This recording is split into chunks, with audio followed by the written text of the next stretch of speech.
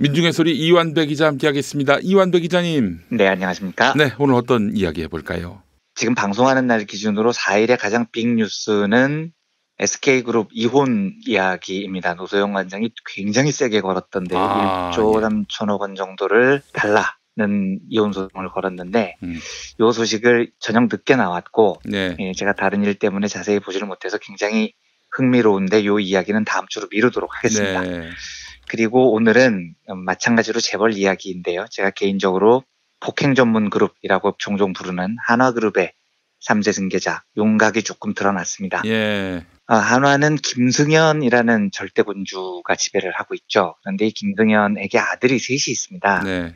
장남이 김동관인데 36살이고 이 사람이 지금 먼저 치고 나왔어요. 월요일이었던 2일에 김동관 씨가 삼형제 중에 제일 먼저 한화 큐셀 부사장으로 승진을 했습니다.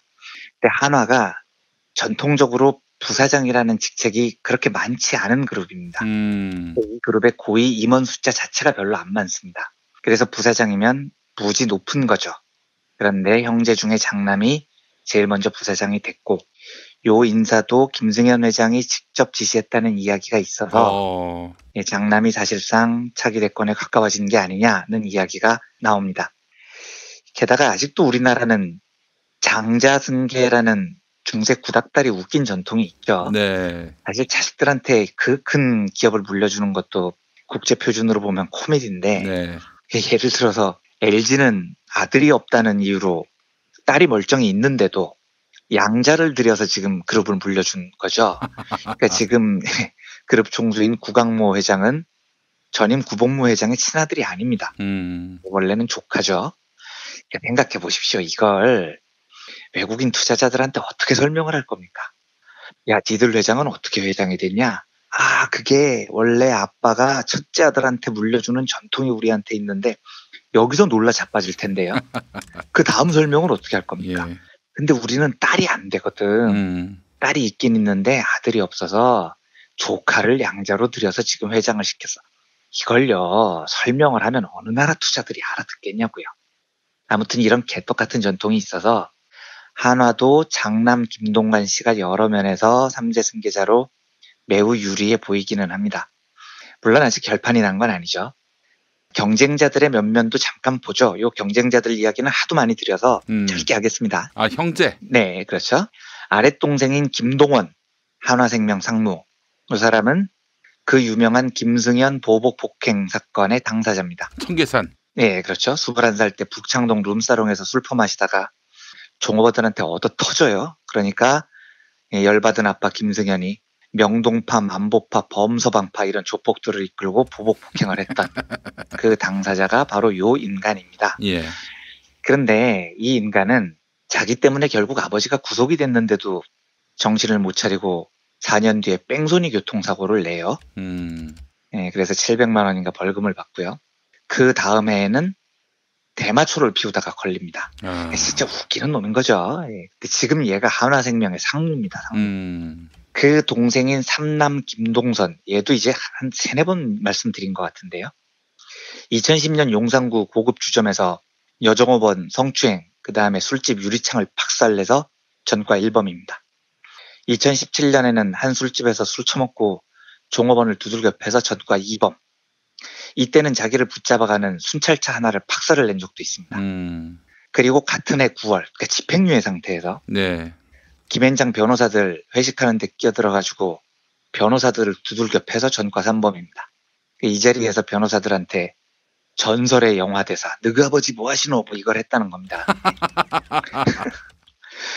그러니까 이 두 동생들이 다들 이런 개차반이어서 그렇지 장남이 별 구설수가 없었던 게 오히려 좀 돋보이기는 해요. 그러니까 이런 집안에서는 사고 안 치면은 뛰어나 보이는 이런 이상한 집안인 거죠. 예. 자, 이까지 이 얼척없는 삼형제 이야기를 정리하고요. 지금부터는 피터의 법칙이라고 불리는 경영학 이론을 하나 살펴보려고 합니다. 피터의 법칙은 1969년 로렌스 피터라는 학자가 발표한 이론인데 로렌스 피터는 사실 경영학자나 경제학자가 아니고 교육학자입니다. 근데 이 사람이 제자들을 가리키면서 희한한 일을 경험을 합니다. 각 학교 교장들 중에 너무 무능한 교장들이 많다는 겁니다. 교장만 그런가 봤더니 세상에서도 무능한 교장만큼 무능한 리더들이 곳곳에서 사회에서 리더를 맡고 있더라는 거죠. 그래서 이 피터 교수가 레이먼드 힐이라는 기자하고 이 문제에 대해서 밤새면서 토론을 합니다. 그 결과 두 사람이 각종 황당한 리더의 무능함의 사례를 모아보자 이렇게 의기투합이 돼요. 네. 예를 들면 당시 나왔던 가전제품 대부분이 품질 보증 기간 안에 고장이 납니다. 굉장히 큰 손실이거든요. 기업 입장에서도요. 네네네. 휴스턴 실내 야구장을 지었는데 가보니까 설계가 잘못돼서 타자가 공을 치려고 하는데 햇빛이 직사로 눈에 쬐입니다. 이것도 설계가 엉망진창인 거죠. 그러니까 도대체 이런 바보 같은 짓을 한 리더들에게 어떤 공통점이 있는지를 찾아본 거죠. 리더가 무능했던 수백 건의 사례를 봤는데 공통점이 딱 하나 나왔다는 겁니다. 뭐냐? 리더를 뽑는 방식이 잘못됐다는 겁니다. 예를 들면요. 우리나라 기자 사회만 해도 취재를 잘하고 기사를 잘 쓰는 기자가 훌륭한 기자죠. 당연한 겁니다. 그래서 그런 기자들이 인사고과를 잘 받아요. 그리고 차장이나 부장으로 빨리 승진을 합니다. 데스크가 되는 거죠. 그런데요. 언론사 데스크는 기자하고 직업이 다른 겁니다. 취재를 잘하고 기사를 잘 쓰는 사람들이 잘 할 수 있는 직업이 아니에요. 그러니까 데스크의 임무는 부서원을 융합시키고 전체적인 판단을 하고 조직의 효율을 높이고 부서 간 조율을 하고 이런 일을 하는 관리자라고요. 그러니까 리더십이 있고 관리 능력이 뛰어난 사람을 데스크로 뽑아야 되는데 정작 누가 데스크로 뽑히느냐? 취재를 잘하는 기자가 뽑히는 겁니다. 그러니까 지금 리더를 잘못 뽑은 거죠.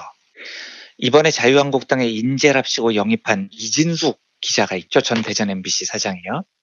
이 사람 다른 건 몰라도 중동 취재 하나로는 날리던 기자였습니다.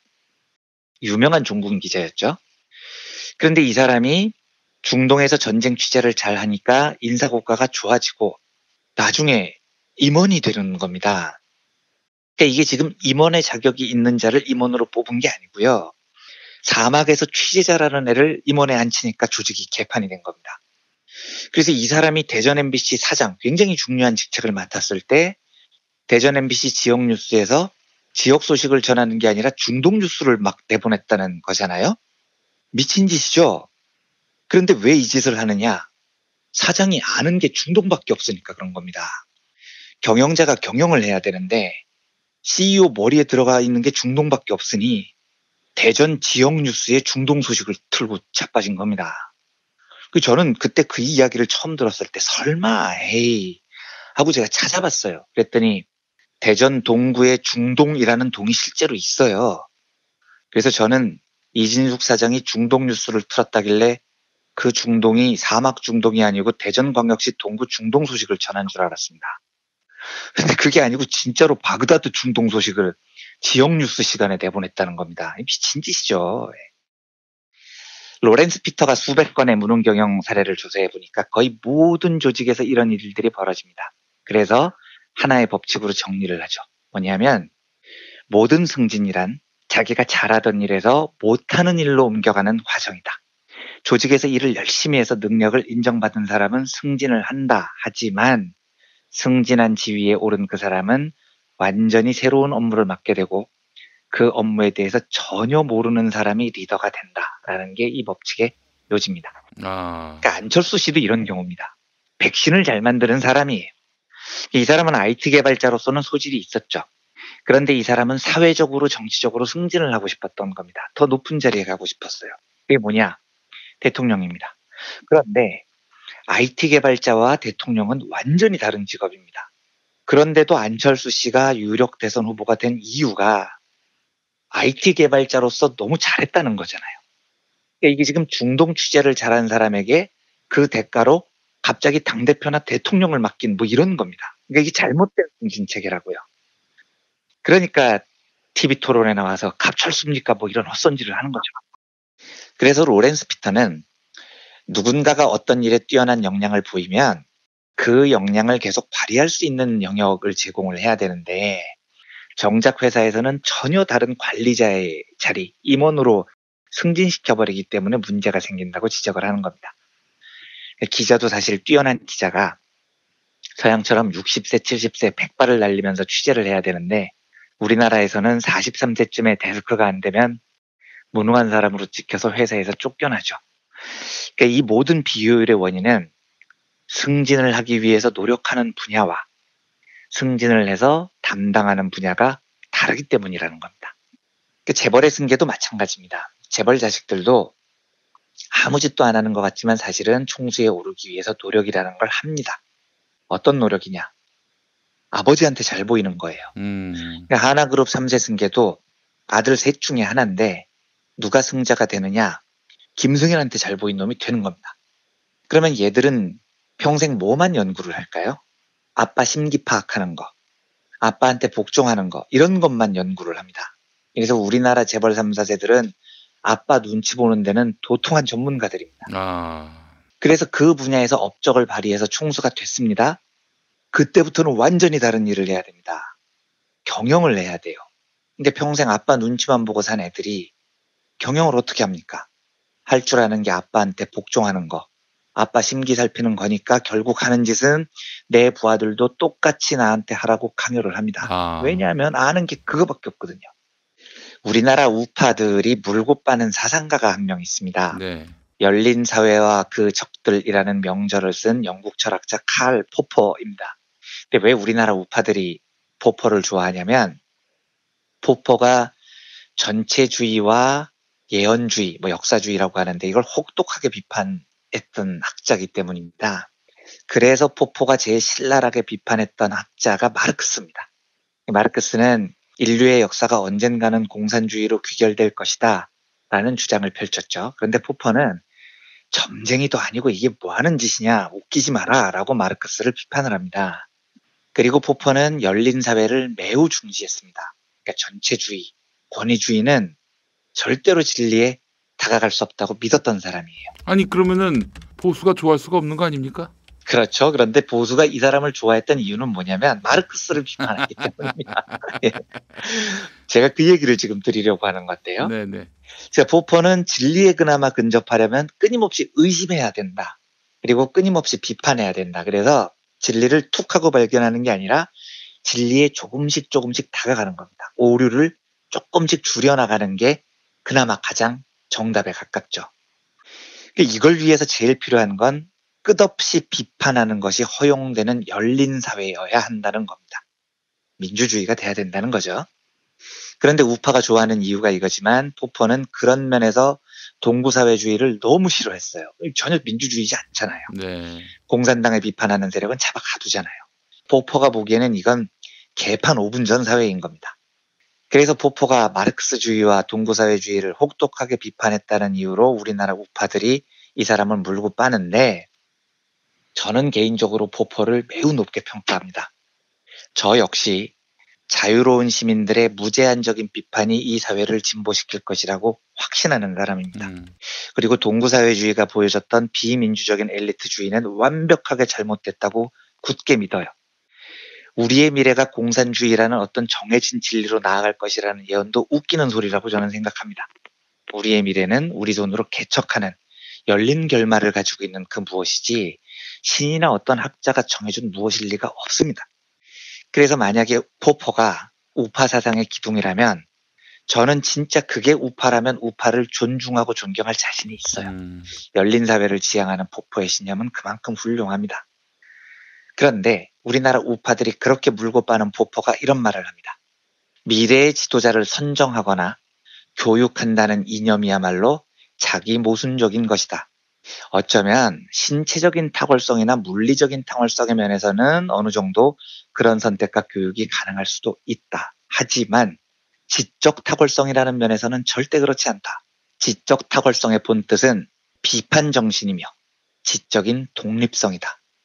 권위주의자는 일반적으로 그들에게 복종하고 믿고 그의 영향력에 호응하는 자들을 뽑을 것이다. 그는 반역하고 의심하고 그의 영향력에 감히 저항하는 자들을 배제할 것이다. 그래서 복종을 잘 하는 자가 지휘도 잘 할 것이라는 생각은 지적 탁월성에 관한 한 완벽한 거짓말이다 라고 말을 합니다. 자, 이제 한국 우파들 대답해 보십시오. 당신들이 그토록 존경한다는 칼 포퍼에 따르면 재벌 2, 3, 4세들을 전부 쫓아내야 됩니다.